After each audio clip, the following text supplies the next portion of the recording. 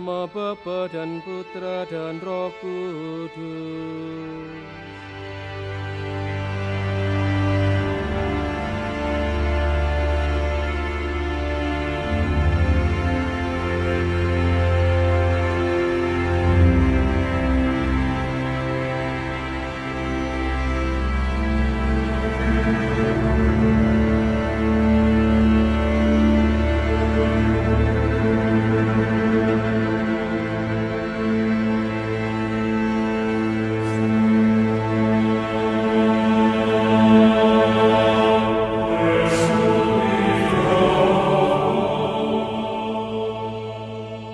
Dan Ibu yang terkasih, pada sore malam hari ini kita akan melanjutkan rangkaian ekspresi cinta dan kasih kita kepada mereka semua yang telah berpulang ke hadirat Tuhan lewat permohonan indulgensi bagi setiap jiwa yang telah kembali ke rumah Bapa.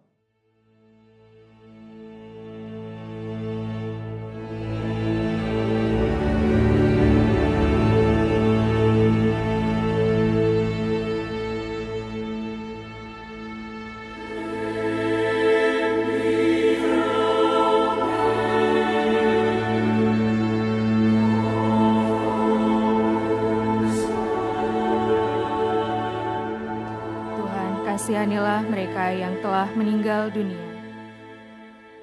Kristus, kasihanilah mereka yang telah meninggal dunia. Bebaskanlah jiwa mereka dari penderitaannya dengan perantaraan Kristus Tuhan kami. Amin.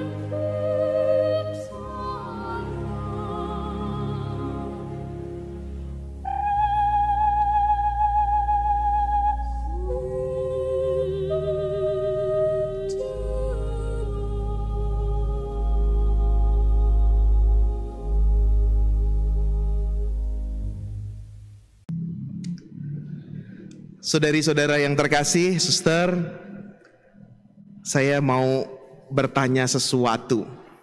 Kalau lihat kenampakan saya yang seperti ini ya, ini udah lihat nih, kenampakan saya seperti ini. Kira-kira ada yang bisa nebak nggak? Hobi saya apa? Apa? Jangan terlalu terus terang begitu dong ya. Ya. Ya, makan itu walaupun kenampakan saya seperti ini, sebenarnya saya kurang suka, kurang hobi makan. Saya tuh cuma kadang-kadang suka lupa kalau sudah makan gitu kan. Yang lain, adakah yang lain kira-kira bisa menebak hobi saya apa? Apa? TikTokan katanya, hobi saya TikTokan. Yaitu waktu-waktu luang, waktu-waktu bonus. Ya memang saya buat banyak video di TikTok ya. Kalau mau cek di Andreas Subekti ya. Instagram juga sekalian promosi ini ya.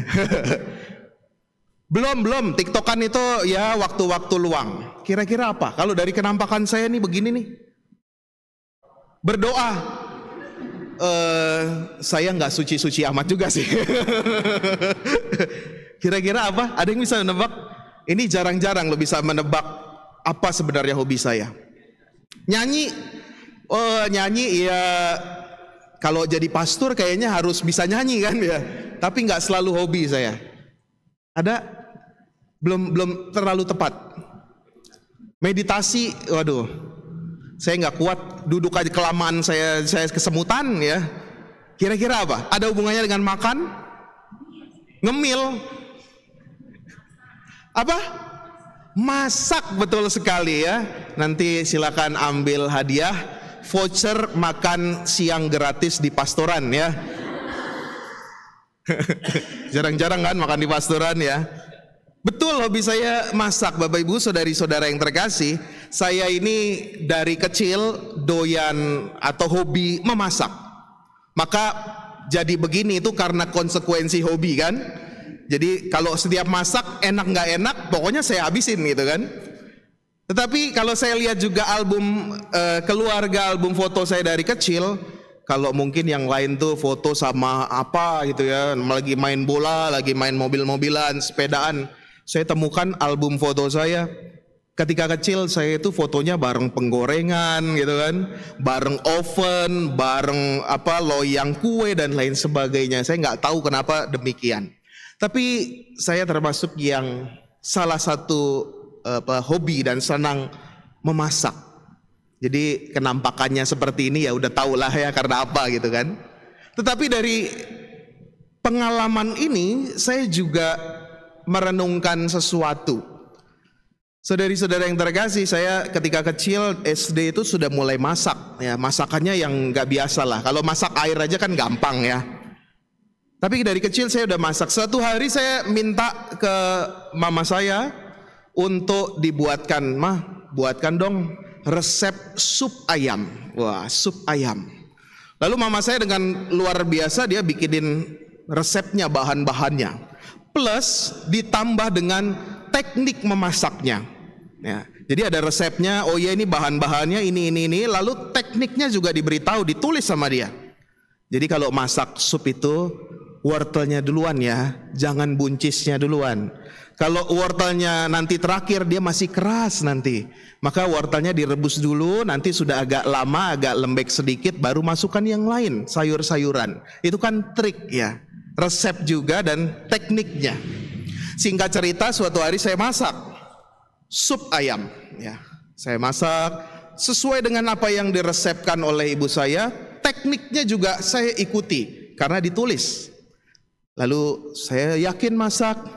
Terakhir sudah kira-kira mateng, sudah hampir selesai, saya cobain. Wah, enak nih, gitu kan ya. Menurut saya enak nih, gitu. Sudah mateng, sudah saya coba enak. Tapi pertanyaannya, apa yang saya lakukan terakhir sebelum saya matikan kompor? Apa kira-kira? Ada yang tahu nggak? Sebelum saya udah yakin itu masak, saya udah cobain, pas nih, garamnya pas, kaldunya pas. Sebelum saya matikan kompor, saya ngapain? Ada yang tahu? Ibu-ibu biasanya? Ada loh yang bisa jawab langsung tepat tuh, ada loh. Ini pertanyaan gak susah. Kira-kira apa? Apa? Hah? Apa? Kurang keras? Oh, tambah daun bawang, tambah selada, udah mateng, udah siap. Tapi sebelum saya matikan cetek kompornya, saya ngapain? Berdoa ya. Berdoa mau dimakan dari kompor gitu kan, dari panci. Kira-kira apa? Apa? Yes, betul. Setelah saya masak itu mateng, saya cobain, enak. Sebelum saya matikan kompor, saya panggil mama saya. Mama, sini. Suruh apain? Cobain. Mah, cobain. Dan ketika dia bilang pas, enak, saya tanpa ragu-ragu matikan kompor. Ya, mungkin mengalami demikian juga kalau yang suka masak atau ibu yang di rumah juga bersama anaknya masak. Saya begitu, saya panggil mama saya, cobain, ketika dia bilang enak, saya dengan pede, dengan yakin saya matikan kompor, saya hidangkan. Bapak Ibu, saudari-saudara yang terkasih, dari pengalaman saya itu memasak, lalu panggil mama saya untuk nyobain terakhir, dan saya yakin bahwa sungguh masakan saya itu enak. Kadangkala dalam hidup beriman kita, Romo, kita udah tahulah berbuat baik itu kita udah tahulah. Atau dalam bacaan yang kita dengarkan, Romo, udah tahulah kita diundang, kita harus datang ke perjamuan itu, kita udah tahulah. Ya. Udah melaksanakannya juga, udah berbuat baik, udah amal kasih. Wah, pokoknya kita udah sesuai dengan apa yang direnungkan, sesuai dengan apa yang diajarkan dalam iman Katolik. Sudahlah itu, ya. Tapi kadangkala kita butuh yang namanya penegasan. Kita kadangkala butuh yang namanya keyakinan. Dan siapa yang meyakinkan itu? Tentu Yesus sendiri. Dalam iman kita. Kita juga mendoakan arwah dengan iman kita, dengan apa yang sudah kita pelajari, dengan hayati. Kita udah tahu, saudari-saudara kita ini pasti akan masuk ke dalam kerajaan surga, masuk ke dalam perjamuan, undangan yang akan gak dihapus dari daftar list, mereka akan masuk surga. Kita udah tahu semua. Tapi kadangkala dengan mendoakan ini, sebenarnya kan kita punya validasi, punya keyakinan. Oh iya, bahwa saudari-saudara saya, orang-orang yang saya doakan ini, ya masuk ke dalam surga. Kadang-kala kita butuh demikian. Dalam hidup beriman kita udah tahu. Anda kan udah belajar Katolik dan jadi orang Katolik. Tentu sudah setiap minggu, tiap hari itu udah dengar Romo Cocomeo, artinya apa? Romo ngomong tuh udah banyak sekali. Anda udah tahu. Tapi kadang-kala kita butuh validasi itu. Kita butuh ada yang mengatakan ya. Dan siapa yang mengatakan itu? Yesus sendiri. Dengan bacaan Injil yang kita dengar semakin jelas. Aku mau supaya perjamuan rumahku itu menjadi penuh. Dan itu validasi yang konkret. Yang keluar dari mulut Yesus sendiri, ya kita semua akan memenuhi kerajaan Allah. Tapi ada hal lain, ayat lain yang mengatakan bahwa di rumah Bapakku masih banyak tempat. Kalau saya bicara dengan mahasiswa-mahasiswi marketing, ini Yesus ini secara ilmu marketing ini dia kurang pinter, ya kan? Coba Anda bayangkan kalau dikatakan perumahan, ada perumahan klaster, tenang masih banyak tempat kok, kira-kira akan dibeli nggak? Nggak akan. Ya, tenang ini masih ada banyak klaster, banyak kapling kok. Kita nggak akan langsung beli. Lain kebalikan, kalau ada klaster lalu di spanduk depannya tertulis slot terbatas. Ya, hari ini diskon, besok tidak. Pasti setiap orang berusaha dengan berbagai macam cara itu mau beli tempat itu. Ini karena Yesus mengatakan di rumah Bapakku masih banyak tempat tinggal. Akibatnya apa? Kita jadi santai-santai kadang-kadang ya. Tenang, dosa sekarang nggak apa-apa, di rumah Bapak masih banyak tempat tinggal. Gitu kan, repot. Kalau saya ngomong sama mahasiswa-mahasiswi marketing, itu saya bilang tuh, Yesus ini kalau secara marketing jangan diikuti. Dia nih agak-agak kurang dia kalau soal marketing ya.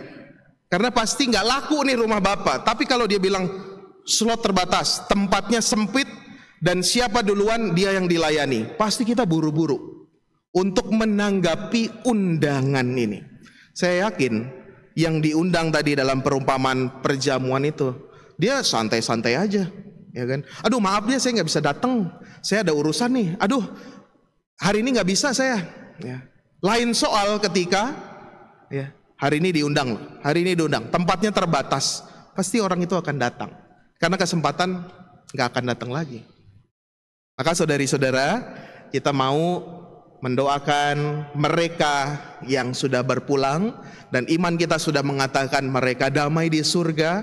Tetapi dengan doa-doa yang kita lakukan, memohon novena indulgensi ini, itu menjadi kemantapan kita, keyakinan kita. Ya, mereka masuk dalam perjamuan kudus, dan kita selalu diundang untuk datang ke perjamuannya. Kita selalu diundang setiap hari untuk merayakan Ekaristi, untuk semakin mendekatkan diri kepada Tuhan. Maka menjawab undangan ini juga tergantung kedekatan kita. Saya, Romo Gatot itu sudah WA saya mungkin 4-5 bulan yang lalu untuk menyesuaikan jadwal supaya saya bisa misa di sini. 4-5 bulan lalu. Karena kalau sebulan yang lalu itu sulit ya, sulit.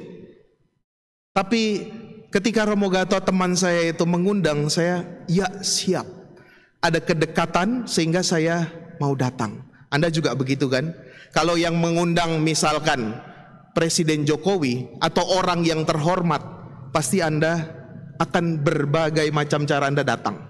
Tapi kalau ya yang undang saya ini nih, nggak datang nggak apa-apa deh, gitu. Karena nggak ada kedekatan. Maka undangan Yesus ini juga tergantung kedekatan kita bersama dengan Yesus. Kalau kita sungguh dekat dengan Yesus dan Yesus menjadi orang yang spesial, maka setiap undangannya tidak akan kita abaikan.